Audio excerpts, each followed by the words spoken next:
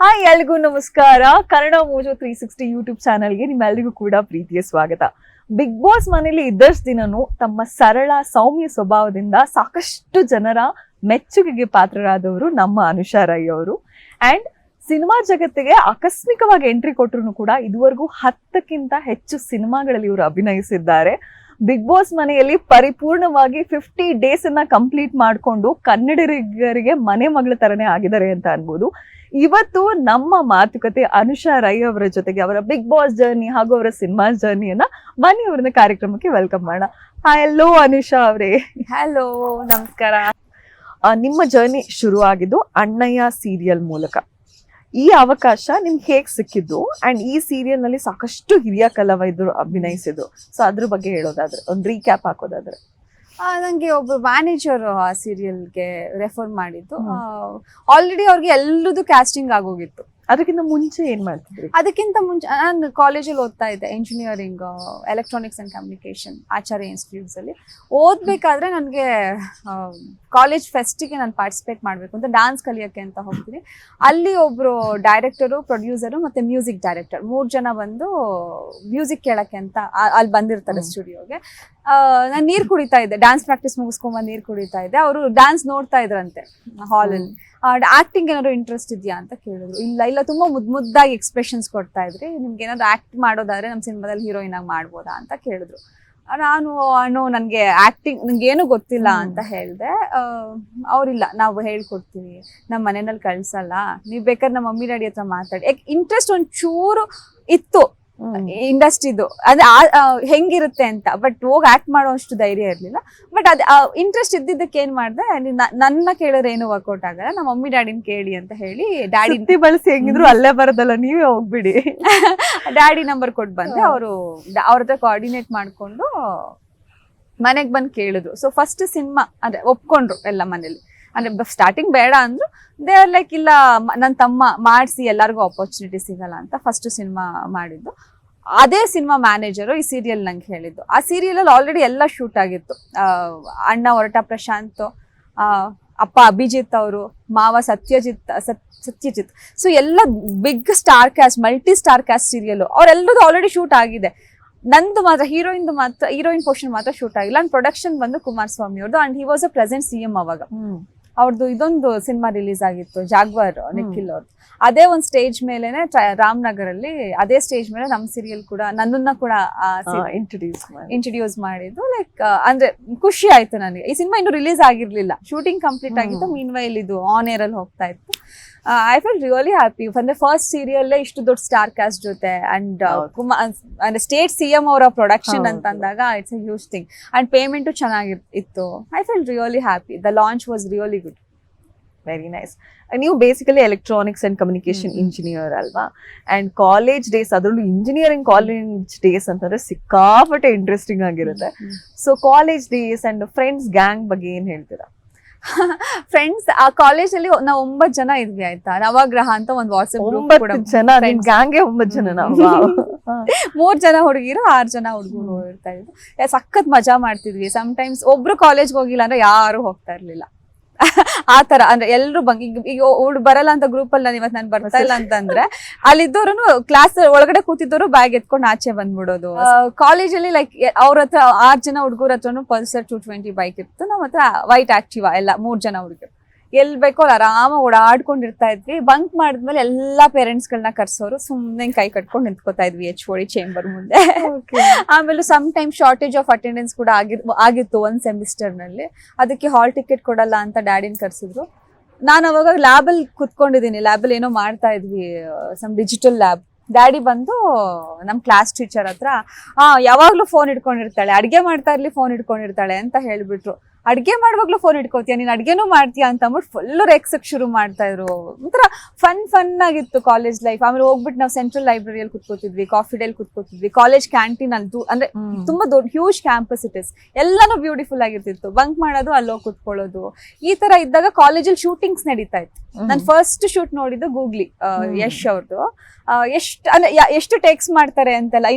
ಅವ್ರು ನಿಜವಾಗ್ಲು ಕೃತಿಕರ ಬಂದ ಅವ್ರು ಆಕ್ಟ್ ಮಾಡ್ಬೇಕಾರೆ ಎಸ್ ಸರ್ ಇಲ್ಲಿ ಕುತ್ಕೊಂಡು ಮಾನಿಟರ್ ಮಾನಿಟರ್ ನೋಡ್ತಾ ಇದ್ರು, ಸರಿಯಾಗಿ ಥರ್ಮಾಕೋಲ್ ಏನೋ ಹಿಡ್ದಿರ್ಲಿಲ್ಲ. ಅವರೇ ಬಾರೋ ಈ ಕಡೆ ಅಂತ ಅಂದ್ಬಿಟ್ಟು ಅವರೇ ಹಿಂಗಂದು ನಾವು ಎಷ್ಟು down to earth simplicity personality ಇವರಿಗೆ. ಅವರೇ ಅವರು ಹೀರೋಯಿನ್ ಆಕ್ಟ್ ಮಾಡೋರ್ಗು ಥರ್ಮಾಕೋಲ್ ಅವರೇ ಇಟ್ಕೊಂಡು ಬಂದು ಓಕೆ ಶಾರ್ಟ್ ಓಕೆ ಅಲ್ವಾ ಅಂತ ಬಂದು ಕುತ್ಕೊಂಡ್ರು. ಅವೆಲ್ಲ ನೋಡ್ತಾ ಇದ್ವಿ ನಾವು. ಅಂದ್ರೆ ಅವಾಗ ನಾನು ಇನ್ನೂ ಇಂಡಸ್ಟ್ರಿಗೆ ಬಂದಿರಲಿಲ್ಲ. ಹೌದು, ಗೂಗ್ಲಿ ಬಂದಾಗ ಇನ್ನು ಇಂಡಸ್ಟ್ರಿಗೆ ಬಂದಿರಲಿಲ್ಲ. ಎಷ್ಟು ಸಿಂಪ್ಲಿಸಿಟಿ ಇದೆ. ಇವೊಂದು ಸ್ಟಾರ್ಸ್ ಆದ್ರೂ ಎಷ್ಟು ಸಪೋರ್ಟಿವ್ ಆಗಿರ್ತಾರೆ ಟೀಮ್ಗೆ ಅಂತ ನೋಡ್ತಾ ಇದ್ದೆ. ಅದಾದ್ಮೇಲೆ ರಥಾವರ, ಅದು ನೆಕ್ಸ್ಟ್ ರಥಾವರ ಶೂಟಿಂಗ್ ಬಂತು. ರಚಿತಾ ರಾಮ್ ಅವ್ರು ಎಷ್ಟು ಒಂದೇ ಸೀನ್ 3-4 ಸಲ ಮಾಡೋದು. ಈ ತರ ಎಲ್ಲ ಆಕ್ಟ್ ಮಾಡ್ತಾರ, ನಾವೇನೋ ಅನ್ಕೊಂಡಿರ್ತೀವಿ ಅಂತೆಲ್ಲ ಅನ್ಕೊಂಡು ನೋಡ್ತಾ ಕೂತಿರ್ತಾ ಇದ್ವಿ. ಅಂಡ್ ನನ್ನ ಫೇವ್ರೆಟ್ ಸ್ಟಾರ್ ದರ್ಶನ್ ಸರ್ ಅವ್ರದ್ದು ಕ್ಯಾಂಪಸ್ ಅಲ್ಲಿ ಇದು ಐರಾವತ ಶೂಟಿಂಗ್ ಕೋರ್ಟ್ ಸೆಟಪ್ ಹಾಕಿದ್ರು. ನಾನಂತೂ ಫುಲ್ ಡೇ ಕ್ಲಾಸ್ಗೆ ಹೋಗಿಲ್ಲ. ನಾನು ಹೋಗಿಲ್ಲ ಅಂದ್ಬಿಟ್ಟು ಎಲ್ಲರೂ ಕೂರ್ಸ್ಕೊಂಡಿದ್ದೆ, ನೀವು ಹೋಗ್ಬಾರ್ದು ಅಂತ ಹೇಳಿ ಎಲ್ಲಾರು ಕೂರ್ಸ್ಕೊಂಡು ಫುಲ್ ಡೇ ಶೂಟಿಂಗ್ ನೋಡ್ತಾ ಕೂತಿದ್ವಿ. ಆ ತರ ಎಕ್ಸ್ಪೀರಿಯನ್ಸ್ ಮಜಾ ಮಾಡ್ತಿದ್ವಿ ಕಾಲೇಜಲ್ಲಿ. ಓಕೆ, ಈಗಾಗ್ಲೇ ನೀವು 10 ಸಿನಿಮಾಗಳಲ್ಲಿ ನಟಿಸಿದ್ರ ಅಲ್ವಾ? Love you, Sahara and Toofan ಸಿನಿಮಾಗಳು ಆಲ್ರೆಡಿ ರಿಲೀಸ್ಗೆ ರೆಡಿ ಆಗಿದೆ. ಸೊ ನಿಮ್ಮ ಸಿನಿಮಾ ಜರ್ನಿ ಬಗ್ಗೆ ಏನ್ ಹೇಳ್ತೀರಾ? ಸಿನಿಮಾ ಜರ್ನಿ ಲೈಕ್ ನಾನು ಯಾವ ತರ ಅಂತಂದ್ರೆ, ನಾನು ನನ್ನ ಪಾತ್ರ ಹೇಗಿದೆ ಅನ್ನೋ ತರ ಚೂಸ್ ಮಾಡ್ತೀನಿ. ನನಗೆ ಎಷ್ಟು ವೇಟೇಜ್ ಇದೆ, ನಾನು ಆ ಪಾತ್ರದ ಎಷ್ಟು ಡಿಫ್ರೆಂಟ್ ಆಗಿ ನಾನು ಮಾಡ್ಬೋದು ಅಂತ. ಒಂದೇ ತರ ಮಾಡೋದಕ್ಕಿಂತ ನಾನು ಚೇಂಜಸ್ಗಳನ್ನ ನೋಡ್ತೀನಿ. ಸೊ ನಾನು ಮಾಡಿರೋ ಪ್ರಾಜೆಕ್ಟ್ಸ್ ತೂಫಾನಲ್ಲಿ 3 ತರ ಶೇಡ್ಸ್ ಬರುತ್ತೆ. ಲವ್ ಯು ಸಹಾರದಲ್ಲಿ ಕ್ಲೈಮ್ಯಾಕ್ಸ್ ಅಲ್ಲಿ ಟ್ವಿಸ್ಟ್ ಇದೆ. ಹಿಮಾಚಲ್ ಹುಡುಗಿ ನಾನು, ಅಲ್ಲೇ ಶೂಟ್ ಆಗಿದ್ದು ಕೂಡ. 1 ತಿಂಗಳು ಮನಾಲಿನಲ್ಲಿ ಶೂಟ್ ಆಯ್ತು, ಅದಾದ್ಮೇಲೆ ಮೈಸೂರಲ್ಲಿ ಶೂಟ್ ಇತ್ತು. ಡಾಕ್ಟರ್ ನಾನು ಅದರಲ್ಲಿ. ಸೊ ಒಂದೊಂದ್ರಲ್ಲೂ ಡಿಫ್ರೆಂಟ್ ಪಾತ್ರಗಳಿದೆ. ಸೊ ಇನ್ ಮುಂದಕ್ಕೂ ನಾನು ಅದೇ ತರ ಪಾತ್ರಗಳನ್ನ ಮಾಡ್ಕೊಂಡು ಹೋಗ್ಬೇಕು. ಅಂಡ್ ನನ್ಗೆ ಎಷ್ಟು ವೆಯ್ಟೇಜ್ ಇರುತ್ತೆ, ಅದರಿಂದ ನನಗೆ ಏನ್ ಸಿಗುತ್ತೆ, ನಾನ್ ಜನಕ್ಕೆ ಏನ್ ಕೊಡ್ಬೋದು, ಇದನ್ನ ನಾನು ಯೋಚನೆ ಮಾಡ್ತೇನೆ. ನೀವು ನಟನೆಯನ್ನ ಪ್ರೊಫೆಷನ್ ಆಗಿ ತಗೊಳ್ತೀವಿ ಅಂತ ಡಿಸೈಡ್ ಮಾಡಿದಾಗ ಮನೆಯವ್ರು ಏನಂದ್ರು? ಅವ್ರ ಪ್ರತಿಕ್ರಿಯೆ ಹೇಗಿತ್ತು? ನಾನ್ ಡಿಸೈಡ್ ಮಾಡಿರ್ಲಿಲ್ಲ. ಮನೆಗ್ ಬಂದ್ ಕೇಳಿದ್ರು ಅಂತ ಹೇಳಿದ್ನಲ್ಲ, ನಾನ್ ನಿಮ್ಗೆ ಹೇಳಿದ್ನಲ್ಲ, ಅವಾಗ ನನ್ನ ತಮ್ಮ ಹೇಳಿದ್ರು. ಎಷ್ಟೊಂದ್ ಜನ ನಾನು ನೋಡಿರೋ ಹಾಗೆ ಆಡಿಷನ್ಸ್ ಅದು ಇದು ಆಕ್ಟಿಂಗ್ ಕ್ಲಾಸಸ್ ಅಂತ ಎಲ್ಲ ಟ್ರೈ ಮಾಡ್ತಿರ್ತಾರೆ. ಅವ್ಳಿಗೆ ಏನು ಇಲ್ಲದೆ ಮನೆ ಬಾಗ್ಲಿಗೆ ಅವಕಾಶ ಹುಡ್ಕೊಂಡ್ ಬಂದಿದೆ, ದಯವಿಟ್ಟು ಕಳ್ಸಿ ಮಾಡ್ಲಿ ಅಂತ. ಈವನ್ ಬಿಗ್ ಬಾಸ್ ಕೂಡ ನಮ್ಮ ಮನೇಲಿ ಸ್ವಲ್ಪ ಹೆದ್ರಿದ್ರು, ನಿನ್ ಕೈಲಿ ಮಾಡಕ್ ಆಗತ್ತಾ, ನೀನ್ ತುಂಬಾ ಸಾಫ್ಟ್ ಹುಡ್ಗಿ, ಹೋಗಲ್ಲಿ ಅವ್ರು ಯಾರಾದ್ರು ಬೈದಾಗ ನೀನ್ ಅಳ್ತಾ ನಿಂತ್ಕೊಂಡ್ಬಿಟ್ರೆ ಏನ್ ಮಾಡೋದ್ ನಾವು, ಅಲ್ಲಿ ಬಂದ್ ನಾವ್ ಮಾತಾಡ್ಸಕ್ಕೂ ಆಗಲ್ಲ ಅಂತ. ನನ್ ತಮ್ಮ ಅಗೇನ್ ಎಷ್ಟ್ ಜನ ಕಾಯ್ತಿರ್ತಾರೆ ಬಿಗ್ ಬಾಸ್ ಹೋಗೋಕೆ, ಯಾಕ್ ನೀವ್ ಏನಾಗಿದೆ ನಿಮ್ಗೆ ಅಂತ ಮತ್ತೆ ಬೈದು ಹೋಗ್ಲೇಬೇಕು ನೀನು ಅಂತ ಅಂದ್ಬಿಟ್ಟು ಹಠ ಮಾಡಿದ್ದು ನನ್ ತಮ್ಮ. ಸೊ ಆ ತರ ನಾನು ಇಂಡಸ್ಟ್ರಿಗೆ ಬಂದಿದ್ದು. ಓಕೆ, ನಿಮ್ ಪ್ರೊಫೆಷನ್ಗೆ ನೆಸೆಸಿಟಿ ಇರುವಂತ gymnastic, horse riding, dance almost ಎಲ್ಲ ಕಲ್ತು ಬಿಟ್ಟಿದ್ದೀರಾ. ಸೊ ನಿಮ್ ಡೈಲಿ ರೂಟೀನ್ ಹೇಗಿರುತ್ತೆ? ಶೂಟಿಂಗ್ ಏನು ಇಲ್ಲ ಅಂತಂದ್ರೆ ಮಾರ್ನಿಂಗ್ 6 to 7 6ಗೆ ಎದ್ದೇಳ್ತೀನಿ. ಕೆಲ್ಸ ದಾಂಟಿ ಬಂದು ಡೈಲಿ 6ಗೆ ಎದ್ದೇಳ್ತೀರಾ? ಅಂದ್ರೆ ಏನು ಇಲ್ಲ ನನಗೆ ಕೆಲಸ. ಅಥವಾ ಶೂಟಿಂಗ್ ಇದ್ದಾಗ ನಾನು ಏನ್ ಪ್ರಿಪೇರ್ ಆಗ್ಬೇಕು ಅದೆಲ್ಲ ಇರುತ್ತೆ, ಪ್ಲಾನ್ಸ್.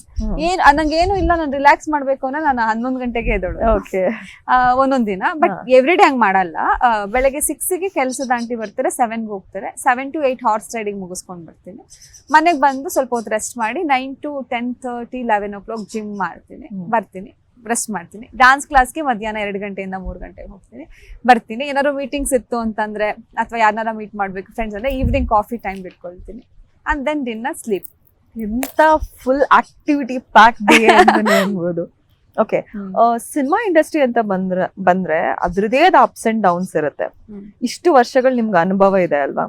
ಇಲ್ಲಿನ ಇತಿಮಿತಿಗಳನ್ನು ನೀವ್ ಹೇಗೆ ಅರ್ಥ ಮಾಡ್ಕೊಂಡಿದ್ರ? ಏನ್ ಮಾಡ್ಬೇಕು, ಏನ್ ಮಾಡ್ಬಾರ್ದು, ಹೇಗಿರ್ಬಾರ್ದು ಅನ್ನೋದು? ನಾವೇನೇ ಮಾಡ್ಬೇಕು ಅನ್ಕೊಂಡ್ರು, ಅದ್ ಮಾಡ್ಬೇಕು ಇದ್ ಮಾಡ್ಬೇಕು ಅನ್ಕೊಂಡ್ರು ಮಾಡಿದ್ರು ಅದ್ ವರ್ಕೌಟ್ ಆಗಲ್ಲ. ಅದೆಲ್ಲಿದ್ರು ಬರುತ್ತೆ, ನಮ್ದಲ್ವಾ?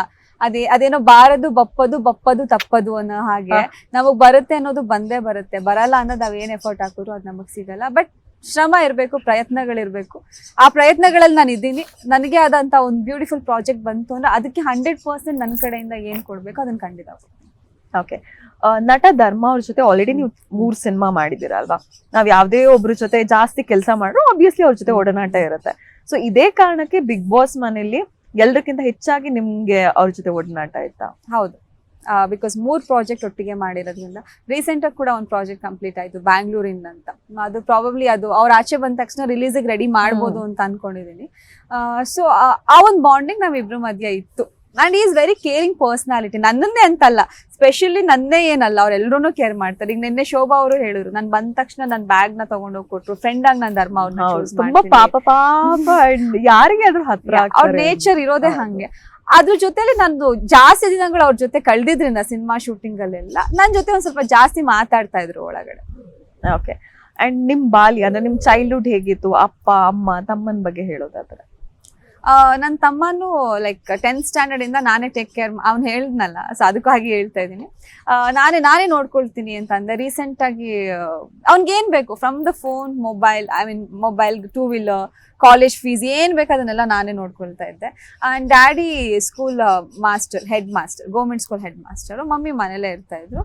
ಅಂಡ್ ತುಂಬಾ ಚೆನ್ನಾಗಿ ಸಾಕಿದ್ದಾರೆ. ಅವ್ರಿಗೆ ಏನೇ ಕಷ್ಟ ಇದ್ರು ಆ ಒಂದು ಟೈಮಲ್ಲಿ ಕಷ್ಟಗಳನ್ನ ನಮಗ್ ತೋರಿಸ್ದೆ ಸಾಕಿದ್ದಾರೆ. ತುಮಕೂರ್ನಲ್ಲಿ ನಾವು ಇದ್ದದ್ದು. ಬಟ್ ಇವಾಗ ಅವ್ರಿಗೆಲ್ಲ ಏನ್ ಫುಲ್ಫಿಲ್ ಮಾಡ್ಬೇಕು, ಅವ್ರ ಲೈಫ್ನ ನಾವ್ ಹೇಗ್ ಫುಲ್ಫಿಲ್ ಮಾಡ್ಬೇಕು, ಅವ್ರು ಏನೋ ಅನ್ಕೊಂಡಿರ್ತಾರೆ ಕೆಲವೊಂದು ಮಾಡಕ್ಕಾಗಿರಲ್ಲ ಅವ್ರ ಚಿಕ್ಕ ವಯಸ್ಸಿನಲ್ಲಿ, ಬೇಗ ಮದ್ವೆ ಆದಾಗ ಅಥವಾ ಕೆಲವೊಂದು ನಮ್ ಕೈಯಲ್ಲಿ ಆಗಲ್ಲ ಅಂತ ಅನ್ಕೊಂಡಿರೋದನ್ನೆಲ್ಲ ನಾನ್ ತೋರಿಸ್ಬೇಕು, ನಾನ್ ಮಾಡ್ಬೇಕು ಅಂತ ನೋಡ್ಕೊಳ್ತಾ ಇದ್ದೀನಿ ಅಷ್ಟೇ. ಚೆನ್ನಾಗಿ, ವೆರಿ ನೈಸ್. ಅಂಡ್ ಅದಕ್ಕೆ ತಕ್ಕಂಗೆ ಇದ್ರೆ ನಿಮ್ ತರ ತಮ್ಮ ಇರ್ಬೇಕು ಅನ್ನೋ ಹಾಗೆ ನಿಮ್ಗೆ ಸಪೋರ್ಟ್ ಮಾಡ್ತಾರೆ. ಓಕೆ. ಸೊ ನನಗ್ ಅವ್ರು ಸಪೋರ್ಟ್ ಮಾಡ್ತಾರೆ, ಅವ್ರಿಗೆ ನಾನ್ ಸಪೋರ್ಟ್ ಮಾಡ್ತೀನಿ. It's mutual understanding. ಓಕೆ.